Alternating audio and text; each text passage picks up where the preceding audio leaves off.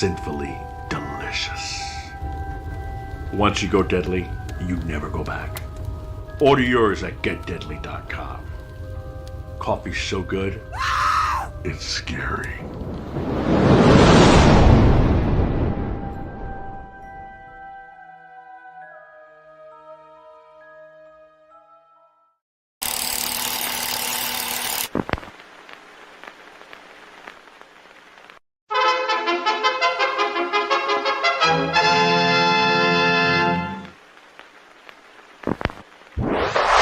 Persons under 18 will not be admitted.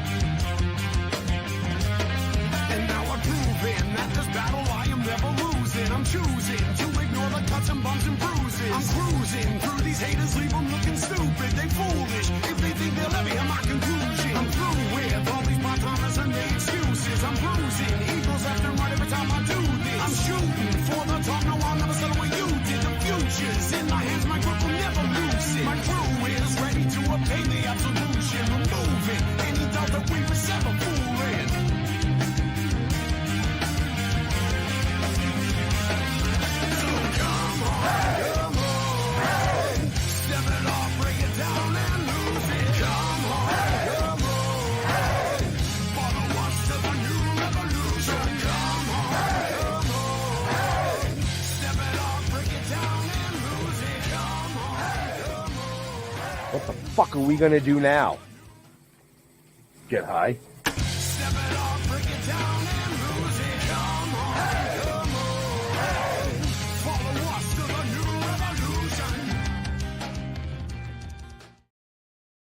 Hell yeah, we're back. Oh, look at that. I hit the wrong button. We're all on the fucking screen. Right? We're gonna go with it. Good job, jackass. Well, that's what happens when we take a week off. But yeah, so as you can see, Leo's not here. Jar Jar's not here. So I got my boy Dustin filling in for Jar Jar. What's happening, brother? Oh, not much. Same old bullshit. Fucking StreamYard, man. I pushed the solo layout. It didn't work. So now I got to do it this way. Jeffrey. Happy Wednesday. It's Wednesday, right? It is Wednesday. And we're also past tax day. Oh, yeah, we are. Yeah, we are. That's a good thing, right? Is that a good thing? Yeah, it is. So now that everybody's already seen the guest on the screen, why don't you go ahead and bring him in? Introduce the guy that was already on the screen? Yeah, bring him in. Okay. Let's bring him in. Mr. Ron Keel. Greetings, world. The Metal Cowboy reporting for duty. Yeah. Excellent. Reporting for duty. Okay. Yeah. How can I work with that? I'm sure you'll find a way. Toking. I'll Still think about toking. it. Yep. Great to be on the show with you guys. Thanks for the invitation and the opportunity. Looking forward to a fun and entertaining conversation. Well, fun. We'll see. We'll go with fun. No, entertaining. You take care of the fun. I'll do the entertaining. All right. There you go. Okay. That works for me. So welcome. You know, we were supposed to have you on, I believe, about a month ago, but you guys were actually in the studio. Yes, I have been extremely busy. I apologize for the delay. You have been very patient with me, and I appreciate it. It's just been the craziest time of my life, and it just keeps getting busier and crazier as I feel the clock ticking as I get a little older, and I've got to keep the pedal down 24/7. And so I appreciate your patience in getting me on the show now when we do have a short break in the action from the recording sessions and the tour. Awesome. Hey, so my first question is, how come your fucking beard is not white? Well, you want to see it?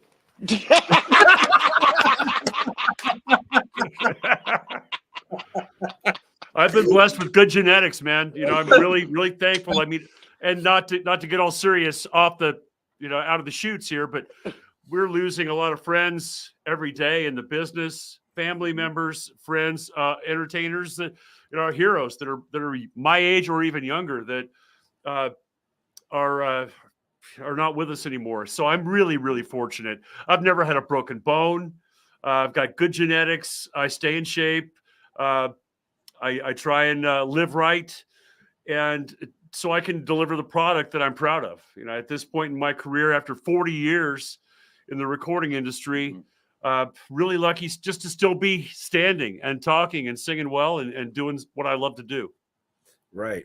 Yeah, because you actually came out, what was it, in 1981? Well, I still haven't quite come out yet. He wanted to show us his Gandalf. I mean, I came out as the Metal Cowboy about 20 years ago, but my first album was released in 1983 with a band called Steeler. It was one of those foundation albums of that 80s metal generation. The band was based in Hollywood during the Motley Crue, Rat, Great White. I mean, the Sunset Strip heyday of the 80s.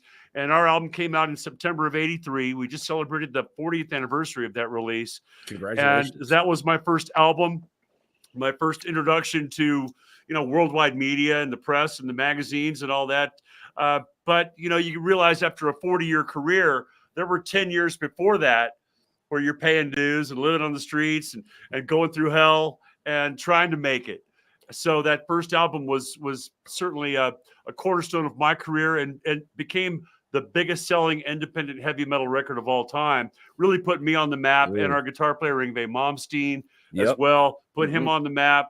So it really got the ball rolling for me in 83 and got signed to my major label deal a couple of years later. Well, actually the following year in 84 with a band called Keel. And Gene Simmons from Kiss produced our first two major label albums, and the rest is history, man. I'm just still glad to be in the game and still have a voice and some songs to sing and some stories to tell.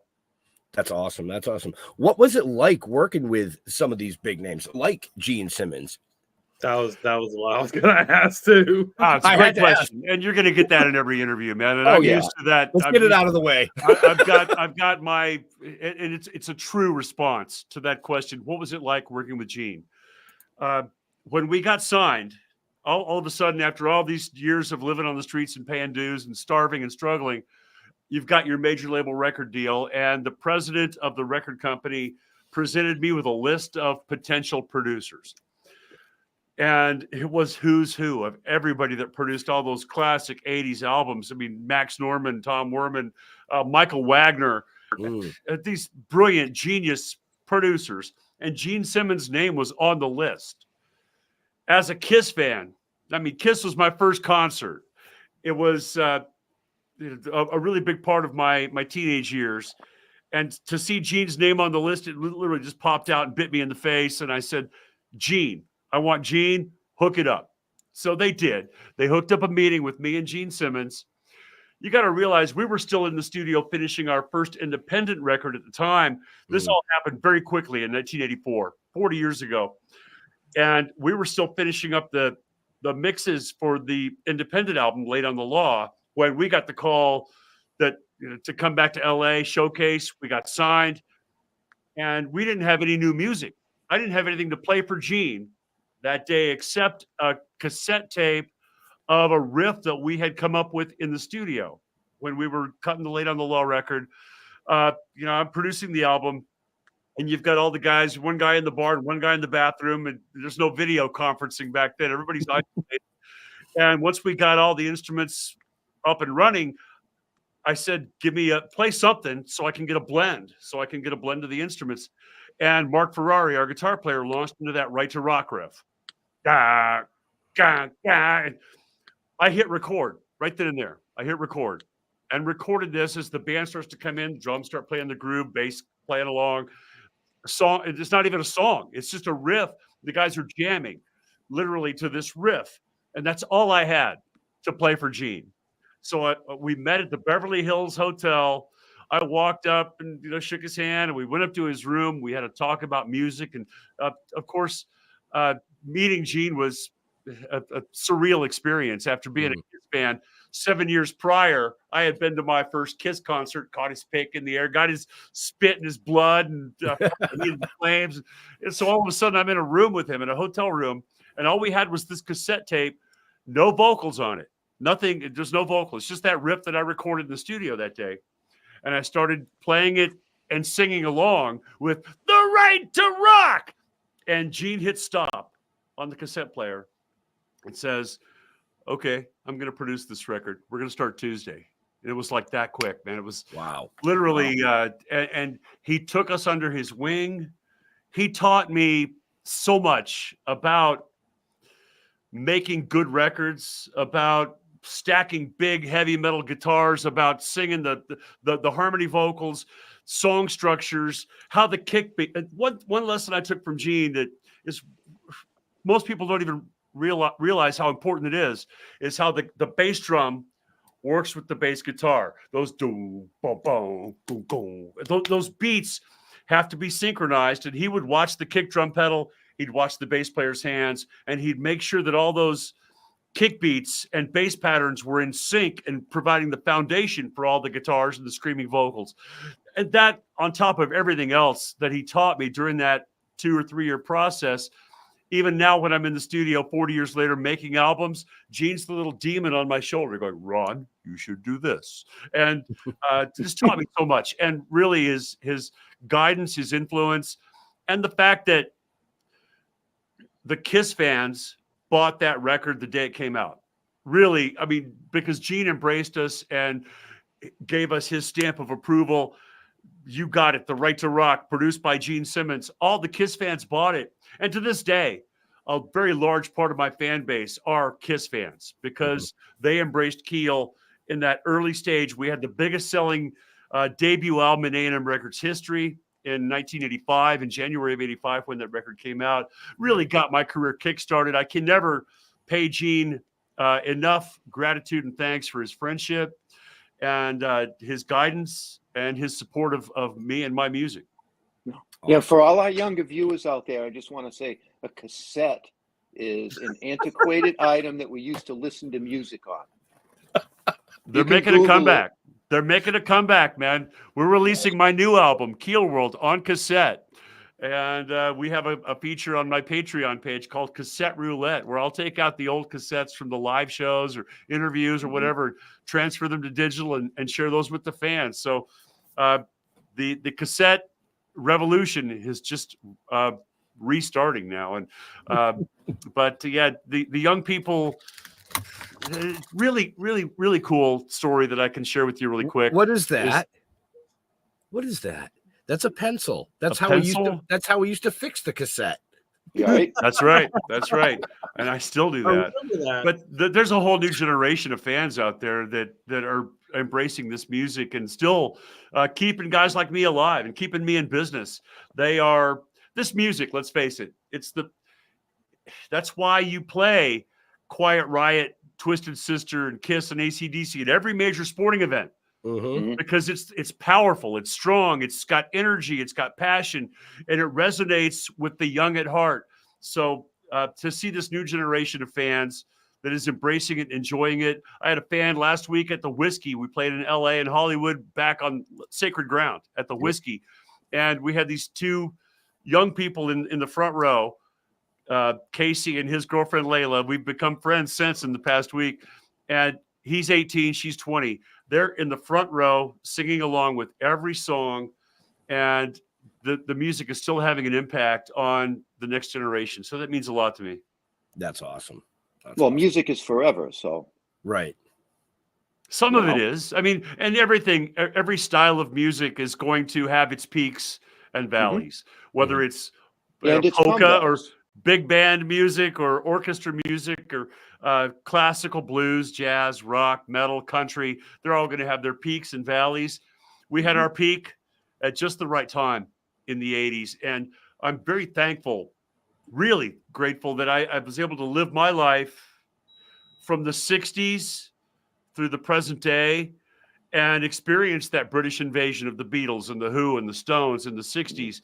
And then what happened in the 70s with Kiss and Alice Cooper and the Led Zeppelin, Deep Purple. And to look at it now, and I've performed on stage in 6 different decades, the 70s, 80s, 90s, 2000s, 2010s, and now still in the 2020s. So it really, I'm very grateful for those opportunities and the fact that I've been able to live my dream and literally write my own script, so to speak, in the story of life. Wow. Wow. So you've played with a lot of different musicians, obviously. Who's been, besides Gene, obviously, who has been one that really sticks out in your memories over the years? Well, playing with musicians, that's one thing. And I did actually get to share the stage with a lot of the guys in Kiss. Gene and I have played on stage together. Paul Stanley from Kiss came out to join my band at our very first gig. This is almost 10 years ago now, when the Ron Keel Band debuted as the Badlands House Band here in Sioux Falls, South Dakota, where I live now. And Paul Stanley came out and joined us for 4 songs at the end of the show, which was a huge thrill. Being able to, and he let me do the duet on Rock and Roll All Night, which it doesn't get any better than that. Playing with, I've been blessed with so many great musicians, a lot of guitar heroes, man, a lot of guitar heroes. Yngwie Malmsteen, of course, probably the most prominent name on that list. His first album was my first album. And going on to Keel with Mark Ferrari and Brian Jay, one of the best 80s rock guitar teams in the business, to my current setup with the guys in the Ron Keel Band, Dave Cawthorn and Jason Haven. That just really blessed. Mitch Perry from Steeler. Mitch has played with Cher and Edgar Winter, Michael Schenker. When Michael Schenker and Edgar Winter need a guitar player, they call Mitch. I mean, that's how amazing this guy is. He's played with everybody, and he is the guitar player in my band, Steeler. And we have new music coming out from all of these bands. I'd like to plug that real quick if I could. Absolutely. The new album is called Keel World. And this is an all-new album of music from all of those bands from throughout my entire life. Keel, brand new Keel, not rehashed, not something from the archives of the vaults. This is a brand new song from Keel called Moving Target. A brand new Steelers song called Give Me Guitars or Give Me Death. Brand new IronHorse, brand new Ron Keel Band, brand new solo material. So I'm really excited about the new album and putting all of this music and these styles in context. It's going to be quite a ride, because I'm going to take you through the musical landscape that I've explored the last 40 years, from metal to country and back again. How the hell do you keep all that separated? Just take it one, just like a show, man. Just like a show, Jags. You take it one song at a time, man. Whatever that song needs, you give it, you know? I mean, I'm a musician myself, and I play in bands and stuff like that, but I can't do, like, I've got to focus on like one band at a time, because if I go doing from one different type of music to another, it like intertwines and I start writing all kinds of fucked up shit. I get it. You know, it does take some focus. You have to put everything in context. And for me, with this new album, I know what a Keel song sounds like. And I know what a Steeler song should be. For the Steeler track, Give Me Guitars or Give Me Death, I literally had to forget everything I've learned the last 40 years and go back to that kid from the 80s and forget about some of how I would write a song now and really let it come from the heart. And it is writing it, recording it, and singing it is very different. The vocal sessions on this record, I'm trying to keep it consistent so that the album doesn't sound like a mishmash of a bunch of different styles, because it really is. I mean, you're going from country music to metal and everything in between. But I wanted a sonic identity on the record, using the same mics, the same producer, the same engineer, the same ingredients, so that it doesn't sound like a collection of demos, so to speak. It does have a sonic identity. It just takes you on a roller coaster ride from the screaming metal to the country music, and each song has its own challenges. When it comes time to lay that master vocal down, get on this mic and deliver that master vocal, you have to really put yourself, kind of like an actor playing a role. You have to put yourself in character and know what is my metal voice and what is my country voice, because they're very different. And it is a challenge. I've enjoyed the process, and I'm going to be kind of sad when the sessions are done, because the last 2 years of recording this album have really brought me back to where I came from. I got to revisit all of those wonderful places musically that I've been the last 40 years. And at some point, we got to say, okay, it's done, put it out.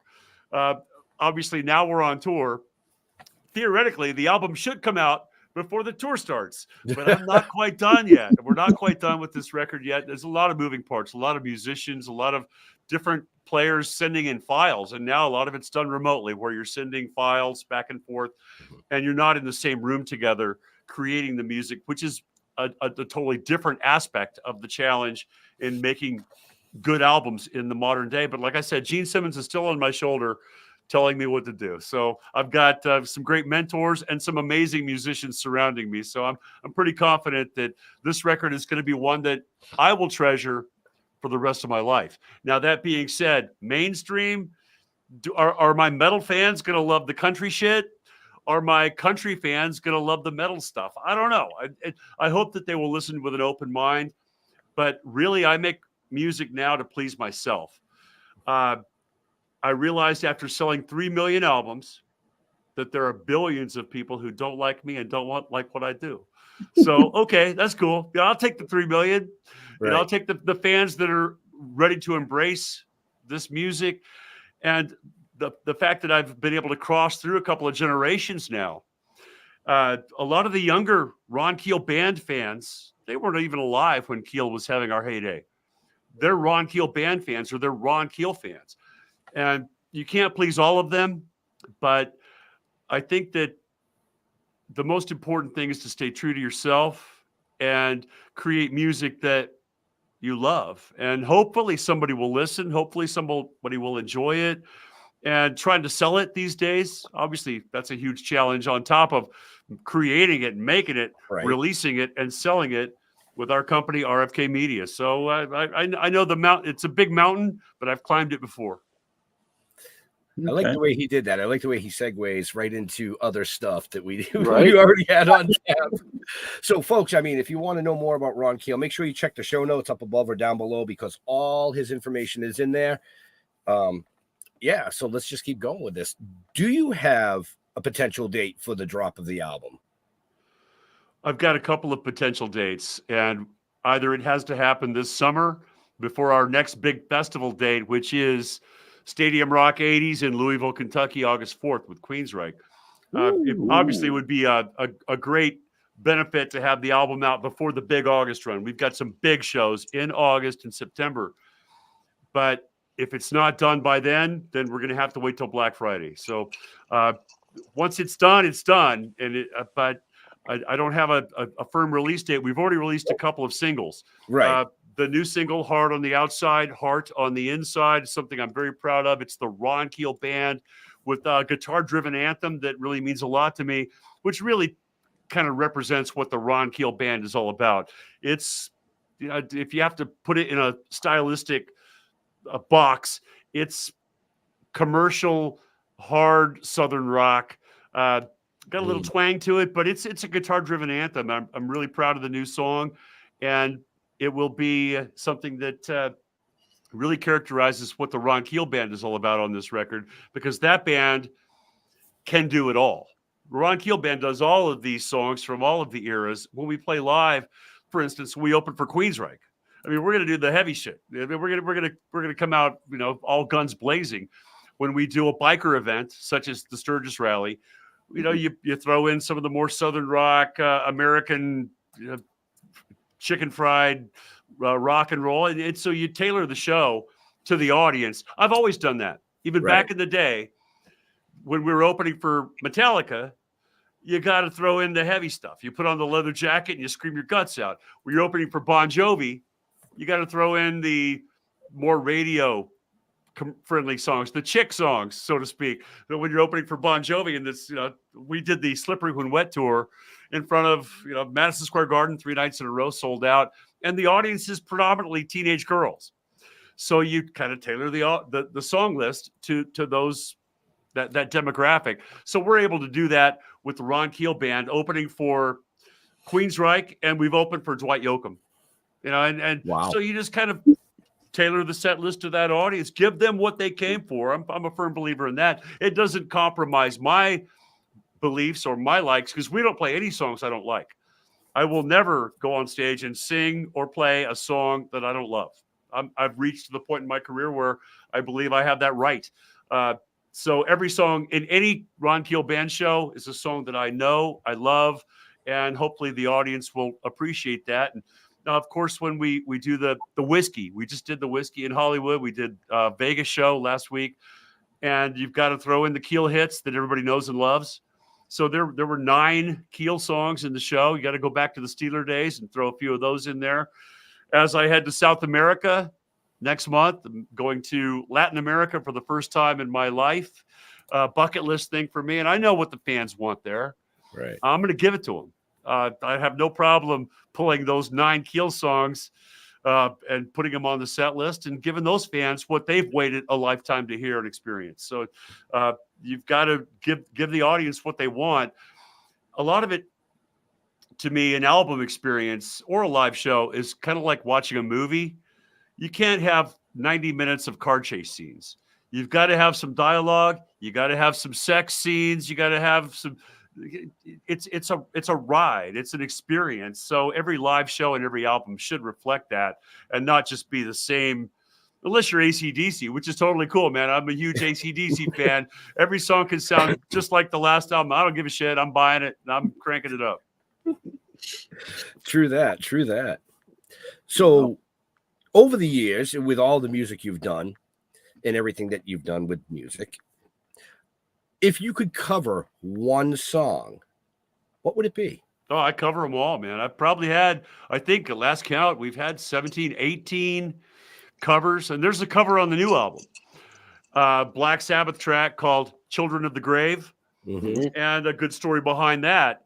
I was in Black Sabbath for a very short time in 1984. Right. And it just stuck with me. This 2-week period in 84 has been something, and I'm proud of it. It was a great experience for me.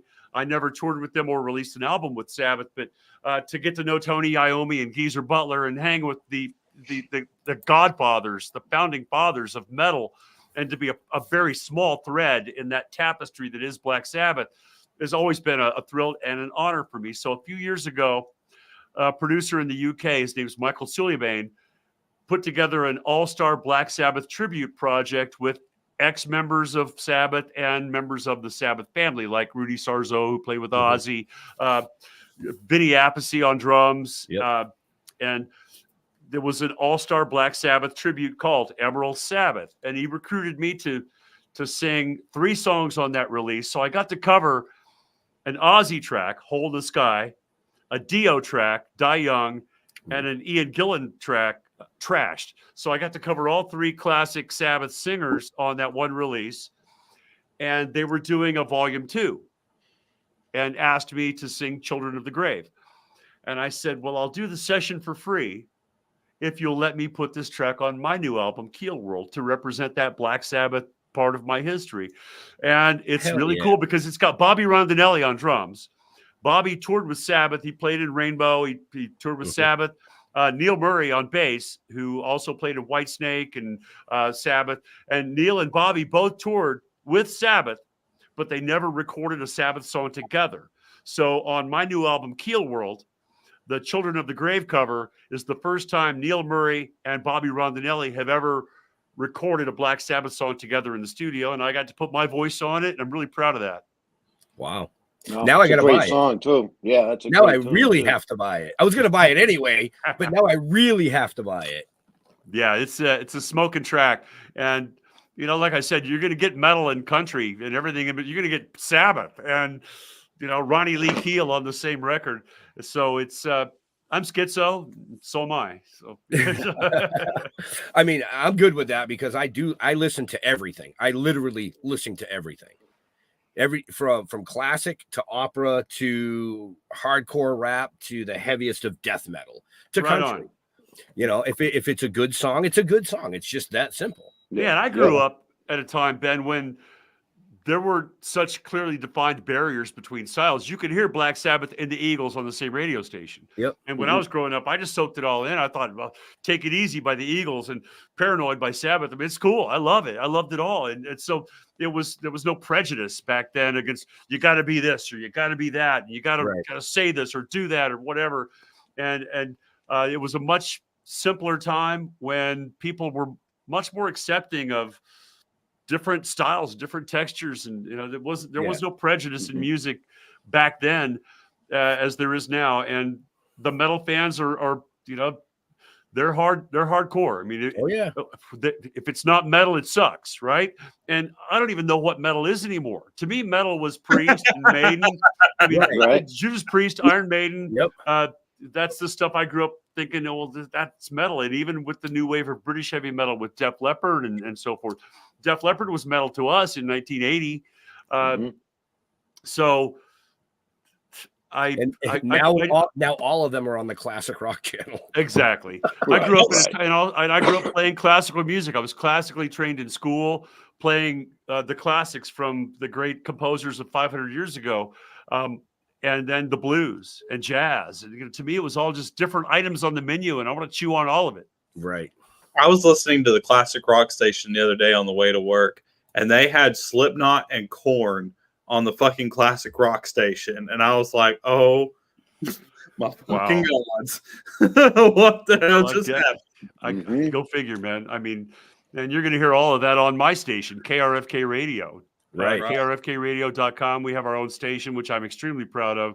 And we are extremely diverse as well. I don't program the station. It's not my favorite music. It's hopefully what the fans and the listeners will enjoy, because we have a 30,000 song playlist that really takes you, full circle all day, 24/7. And we'll play whatever the fans hopefully will enjoy. It's not my choice. I have a program director, Corey Harker, who does a great job he's really in tune with both the old school hard rock and metal and the fresh up and coming new bands and all that. So I enjoy listening to KRFK Radio just so I can not only relive, here's some of the classics that you're not going to hear Pour Some Sugar on Me probably on KRFK. You're probably not going to hear You Shook Me All Night Long, but you're going to hear a lot of AC/DC and Leopard and all the bands that have built the foundation, but also all the bands that are carrying on those traditions as well. Nice. Wow. Speaking of newer music, is there a newer band that has grabbed your attention as of late? There are, and I try to promote those when I see something online that it'll pop up in your Facebook feed or whatever. I'll try and share it and try and help spread the word. There a band called Crashing Wayward, which if I could plug this, this is a new band that RFK Media has recently released their debut album, Crashing Wayward, which is, I guess you'd call it, and they call it, modern alternative rock along the lines of Stone Temple Pilots, Queens of the Stone Age. To me, it's just great rock music with fantastic songs, great hooks, a supreme frontman voice, Peter Summit, the lead singer of this, Crashing Wayward. We also have a CD called Live the Rock, which is full of 15 tracks we love by 15 artists we believe in. And these are bands from all over the world.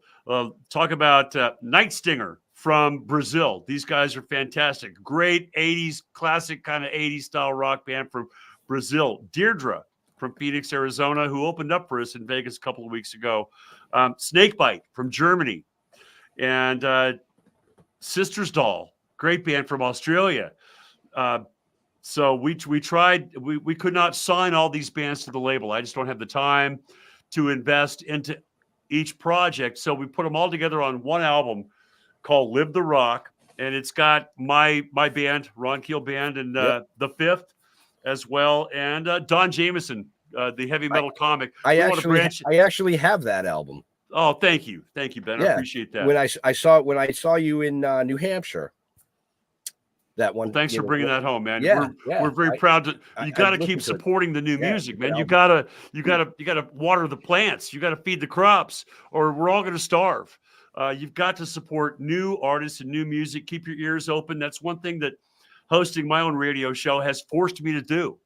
I can't shut myself away in the bubble. I've got to stay in tune with what's happening in order to showcase new songs, new artists, and new classic rock from like the new Judas Priest album. I mean, I bought it the day it came out. That's going to happen. If Priest, AC/DC, Scorpions, whatever, they release a new record, I'm buying it the day it comes out. Not only, it's just a tradition with me, supporting the new music from our heroes and from those young up and coming bands that are carrying on those traditions. It's so hard to make it now. It's easier and cheaper to make records, but it's much more difficult to make a living. They can make a record on their laptop, but man, they can't make a living. And we've got to do everything we can to share that music with each other. That's what it's all about. That's what we used to do at parties. You know, when I was a kid, we'd all bring our 45 records and we share them with each other and turn us on to the new singles and the new top 40 countdown. And sharing music it's basically at the core of everything I do. Right. Trading 45s like we used to trade comic books. Exactly. That actually kind of goes into a question I got. How do you feel about the landscape of the music industry now versus like back in the 80s? Well, it's obviously very different. And I am glad that I had my heyday 40 years ago and got some traction, got my name and my music on the map, so to speak, because now it's impossible. You're talking 100,000 songs a day, flooding content on the internet. And it's very difficult for a band to get recognized. On the other hand, I believe that dreams can come true, and there are still superstars out there. You can rise above. You can sell out an arena, but the road to selling out that arena is much more difficult than it ever was. So one of my favorite artists a couple days ago, Daughtry, huge Daughtry fan, Daughtry, yeah. He was opening for Breaking Benjamin at a half full arena, and he's the opening act. And the arena's half full, and this is multi-platinum. The guy's got his first #1 record now, and still he's an opening act in a half full arena. I enjoyed the shit out of the show, man. I loved it, but it just goes to show how difficult it is these days. The industry is now a pale imitation of what it once was, and it's never coming back. A lot of musicians will lament about Spotify or streaming services, so to speak. And I just don't get that. I mean, yeah, I don't bitch publicly about the checks from streaming royalties because they are slim. They're very slim. But I remember back in the day in 40 years ago, 85, we spent $150,000 in one day to shoot a music video called The Right to Rock. And we gave it away for free to the original music streaming service. That was called MTV. Yep. And you're not getting any royalties from MTV. You just spend $150K to make one video. You give it to MTV and just hope they play it. And we aren't getting any royalties from that. You're just hoping for some exposure, so to speak. But that being said, 1 million people could see your video on MTV at once, and you could sell a shit ton of records. Right. But that was the original streaming service, man, and we weren't expecting any royalties. We just wanted to get our music played on MTV.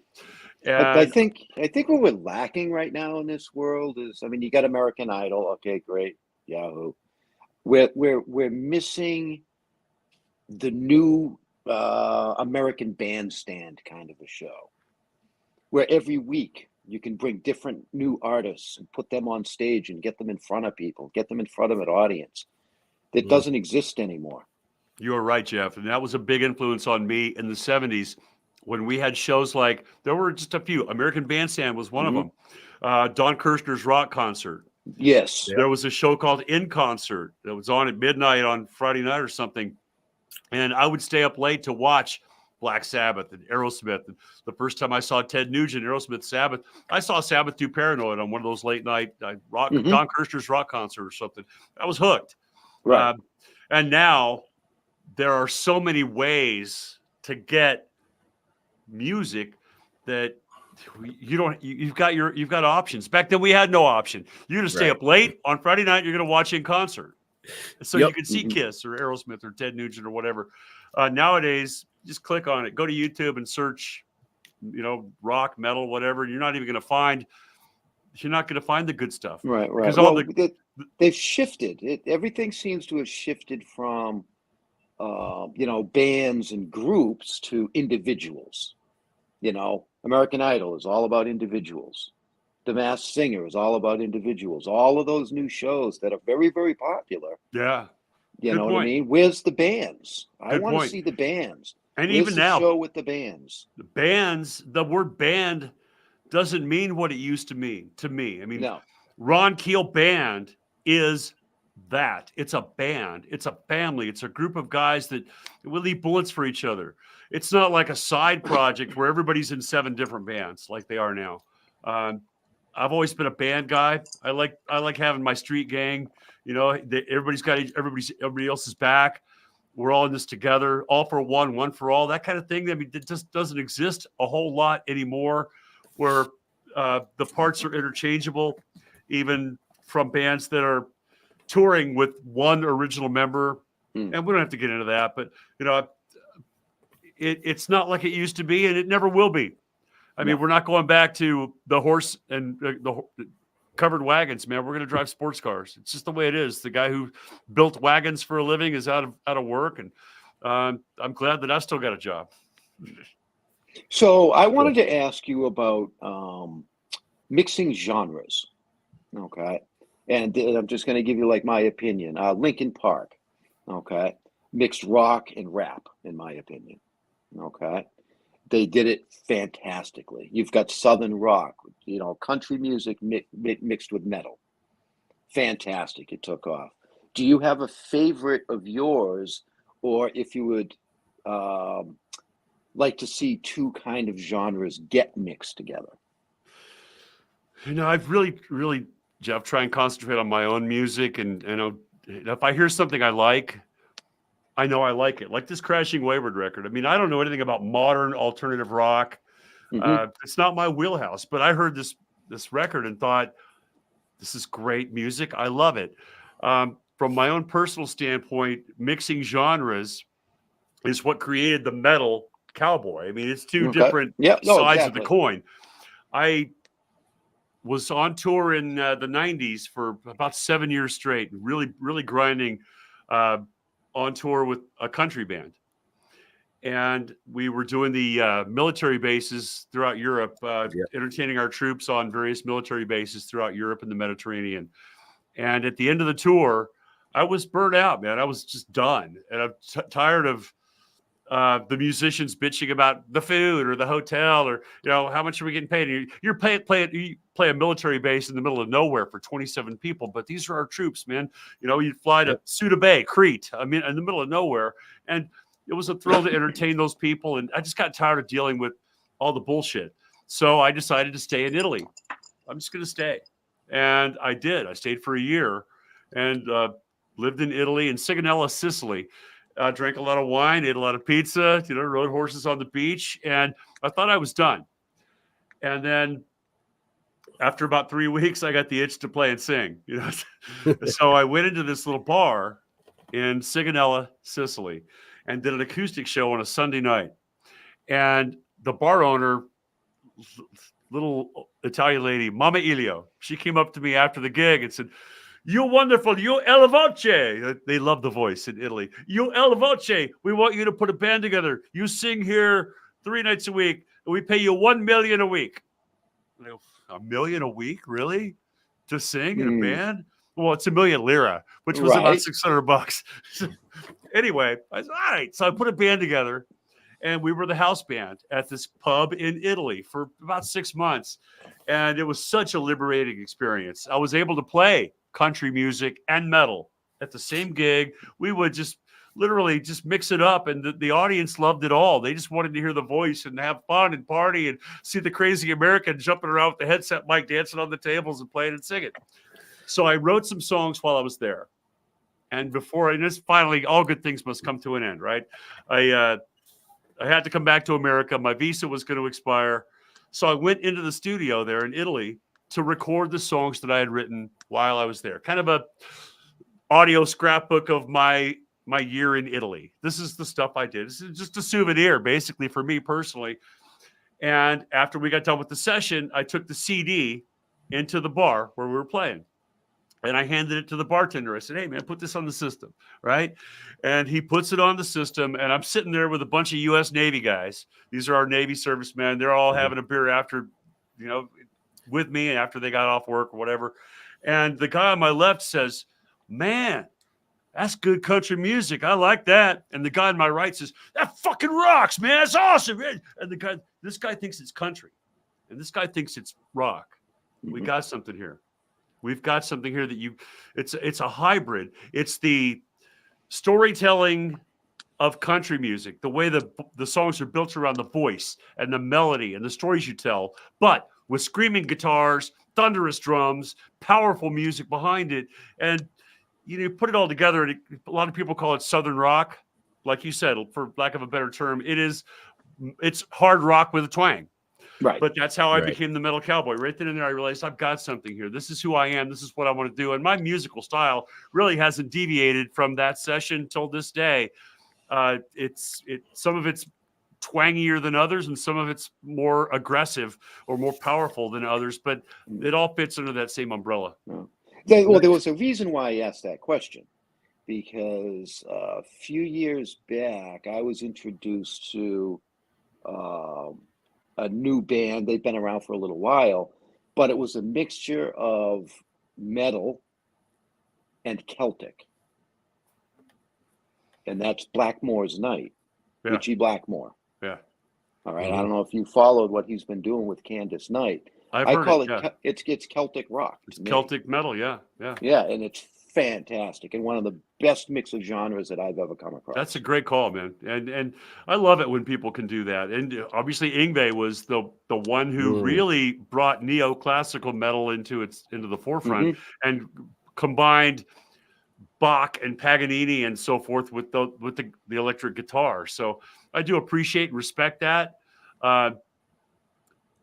There are, depending on the song, there are influences of both blues and classical music with me. I mean, you'll know if you're in a major or minor scale, if you're going to play a classical Blackmore style solo over the top of a minor key, or you're in a major key, you've got to treat the soloing and the vocal melody totally different. That's wild. That's wild. Yeah, So as a songwriter, some of your compositions have actually ended up in TV shows, from what I've read. I've been very blessed to have a great run with TV and films, especially back in the 90s. A lot of the country music, we had dozens of big time TV and film placements, and it put my kids through college. It certainly helped pay the bills. Back then, the royalties were a lot better than they are now, that you've got canned AI generated cheap tracks, cheap tracks. But that was another great opportunity for me to get my music in those TV shows and films like The X-Files and King of the Hill and The Simpsons. Yeah, I mean, the list goes on. Two of my favorite shows right there. Yeah, I mean, X-Files, and then you'll find at times when now some of the big time cats that are producing movies or directing film or TV shows grew up as Keel fans, and they'll need a song for a particular scene in a movie like Men in Black 2, when the guy says, "Oh, I'll put Keel Speed Demon in this scene, in the mailbox scene," a famous scene in Men in Black 2, where literally it was just the luck of the draw, man. The guy's a Keel fan, and he wants that song in that scene.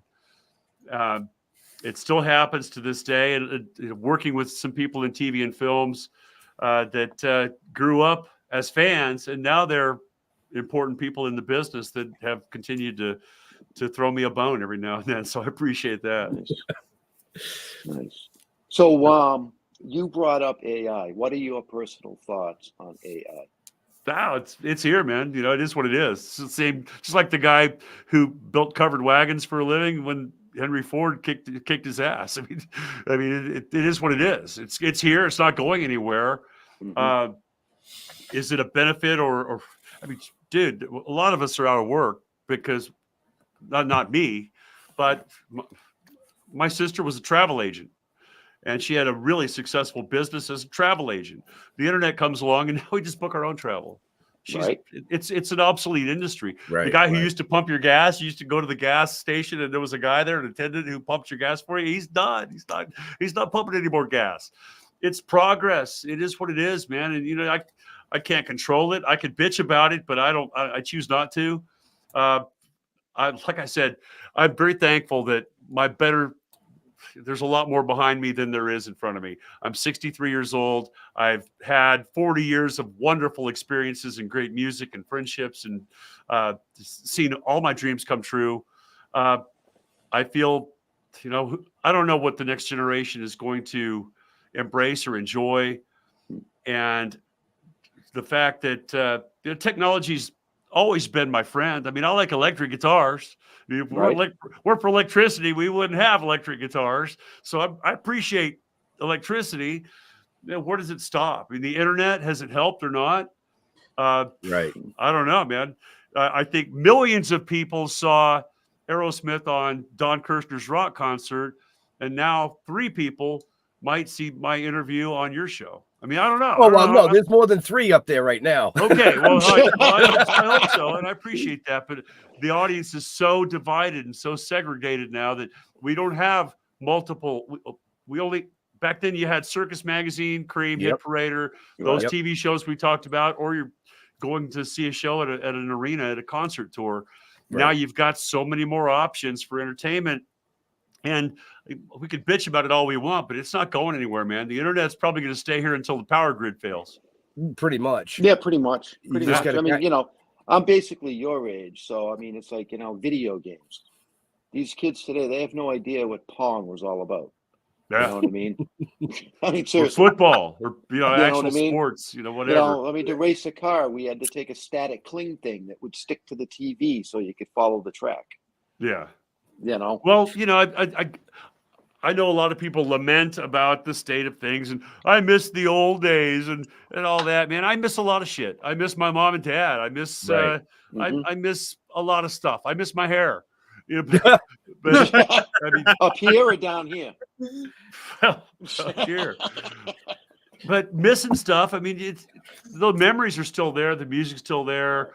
Right. The experiences, they can never take that away from us. They can never take away the chart positions or Madison Square Garden or all the music that I've made, all the memories. And yeah, it was great.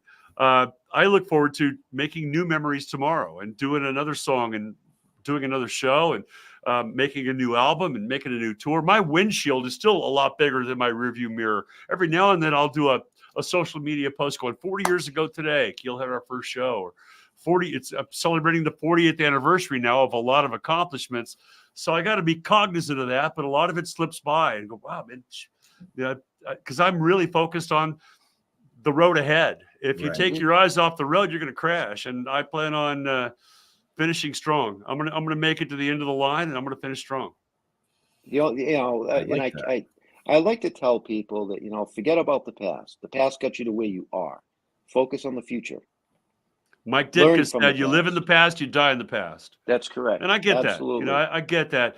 I don't miss the '80s. The '80s for me were it's like college, and I guess a lot of people had fun in college, but for me it was starving. We were living on the streets. We were in danger. We were taking a peanut butter and jelly sandwich and cutting it in 4 ways. Each guy in the band got a quarter of a peanut butter and jelly sandwich. Still learning how to sing, how to play, how to navigate life and business and all that. I mean, I don't miss that. I don't miss the drugs, and I don't miss the struggle or the danger or any of that, man. I spent my whole life chasing stuff, chasing dreams, chasing songs, chasing women, chasing a place to call home. Now I got all that, man. I got a home where I finally, after 40 years, a place that a really nice cabin here in the woods in the middle of nowhere by the river, where. And I'm on the internet, and I'm 5 minutes from the airport, but I'm home. I found a place where I belong. After 10 years in LA, 10 years in Vegas, and 10 years in Nashville, the music capitals of the world, where I grew up and cut my teeth in Vegas, Nashville, and Hollywood. But none of them were ever home. That's where I had to go to work. And I finally found a home. I found the love of my life 16 years ago when I met my wife, Renee. I found the songs and the music and the voice that's still with me to this day. So I'm not so intent on going back to the time when I didn't have any of that stuff. I mean, Right. I'm cool right where I'm at, really. Mm-hmm. Right. No, Wow. I think I think what a lot of people forget about is it's the past and those memories that make you who you are and make you drive even further. You know what I mean? Yes. Good or bad. You know Yes, what I mean? those experiences all made us who we are, and I don't regret any of it, and I cherish it, and I'm very thankful for it and grateful for it. Right. But I mean, I was born in '63, so I went through that same era that you went through in the same manner. You know what I mean? And there was a lot of tough times, but it's the tough times that make you stronger. and there's That's still a all, lot of you know. common ground, and we're still living under the threat of nuclear war. I Yep. mean, in the '60s, we had to hide underneath our desk for the drills. Oh I yeah, mean, we had the drills. Yep. you know, Yep. you were one button push away from Armageddon. I think we're still there. Some things never change, apparently, but we're not going to get into politics, are we? Right. But man, literally, that was hanging on. We were nuclear Armageddon was a distinct possibility when I was growing up, and apparently it still is. So I'm gonna live it up before I lay it down. But that's right. Until they push that fucking button, I'm gonna party hard. You know, I like that saying. I'm going to live it up until I lay it down. Well, I live my life like, everybody's number comes up. Yeah. You never know when your number's going to come up. So live today the best that you can and have as much fun as you possibly can. Totally agree, Period. my friend. Absolutely. Yes, we're all on a one-day contract. Yep. Pretty much. Excellent. So we are. Did I lose my mic? No, you're still there. No. Okay. Cool. All right. It muffled out for a second, but I think that's just because you were mumbling. Yeah, well, I'm old. I tend to do that sometimes. I was waiting to see if you'd start drooling, but no, not yet. I do that when I sleep. Okay. We only have about 5 more minutes with this amazing guest, so I mean, there's been a shitload of comments. Really, that's cool. Ton of people everybody watching, for tuning in and listening and watching. If there's any questions that anybody has, man, I'm here for you. Right. Yeah, well, I'm sure there was, right, but I have 2 questions for you. Sure. Number 1, what do you put on your pizza? Everything. I like food on my pizza. Lots of onions, all kinds of meats and cheese and veggies, and I like the supreme loaded, piled high with all kinds of good stuff, man. I like a lot of ingredients. All right. So that was question number 1. Question number 2: cats or dogs? Birds. Birds. Birds. Not those birds? We have a parrot. Her name is Oh, you Toots.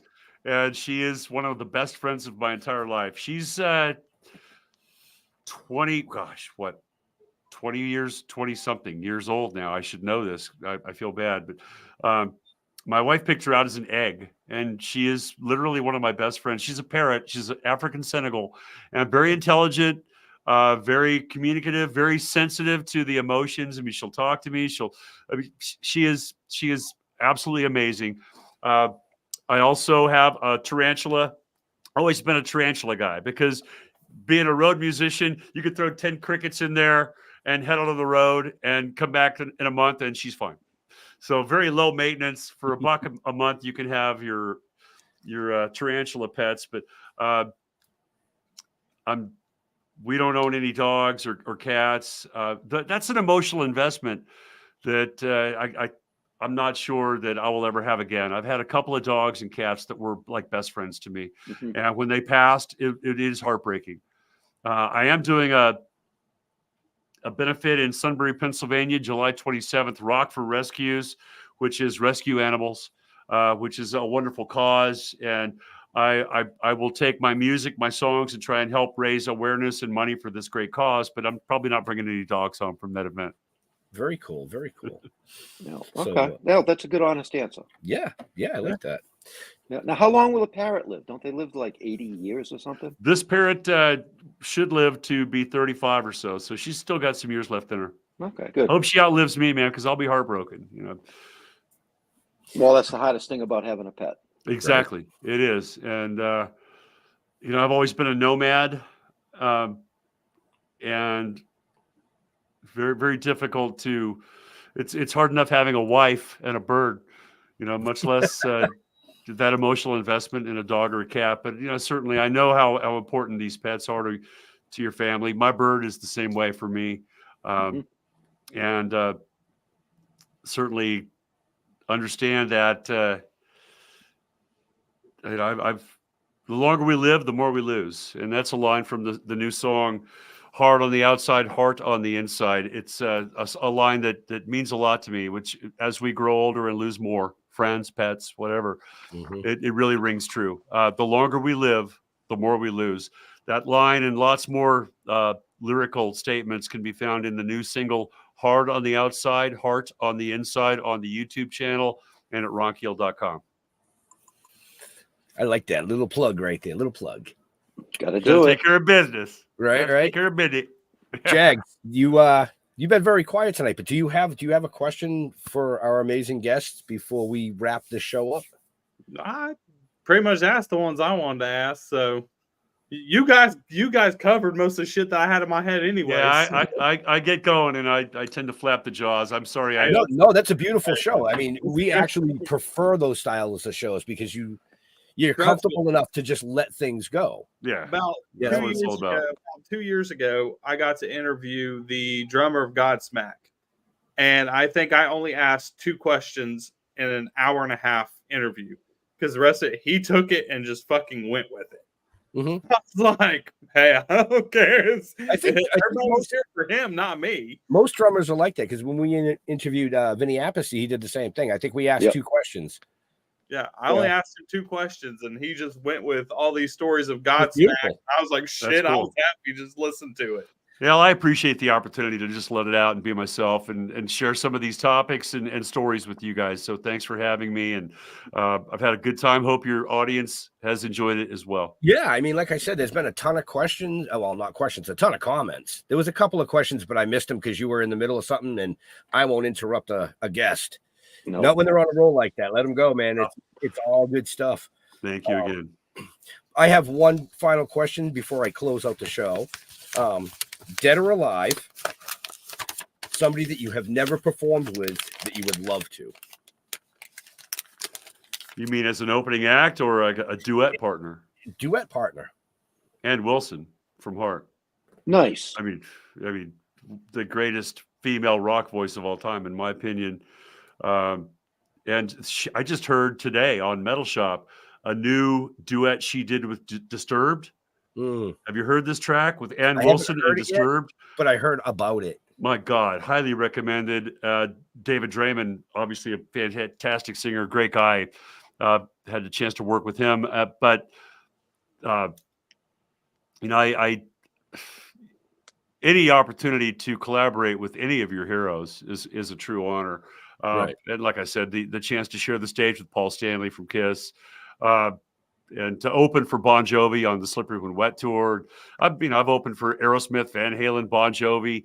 Never toured with or met AC/DC. That would be huge. But I've had a lot of dreams come true, and the chance to rub elbows at least with a lot of my heroes. So I'm very thankful for that.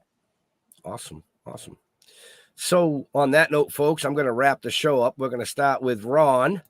On the socials and websites, where do you like interacting with your fans? You can find me the one-stop shop, ronkeel.com, and everything's linked up there. I'm a firm believer in the conventional website, and the YouTube channel, the Facebook page, X, Instagram, all that is all there at ronkeel.com. So find me there. Join Patreon. It's a wonderful fan experience where you get all of the exclusive content at patreon.com/Ron Keel. These people get everything and they get it first. Excellent. Jags. What's up, guys? You can catch me Wednesday nights on Hellfire Entertainment, Chronic Sports. That's at 9:00 Eastern Standard Time. Thursday nights, you got Buzzkill Cinema, 10:00 Eastern Standard Time. So if you're a horror film fan, join us. We talk about all the old shit from like the 70s and 80s. Other than that, that's about it for me. And on occasion, you can find him here on our show, filling in for our backup, who's backing up the backup. Right? Jeffrey. Yeah, I'm going to go Ron's way. Stilltoken.com. Everything's on the website. I'm a firm believer of websites too. All this other social media stuff can just get really fucking confusing, especially to somebody like me.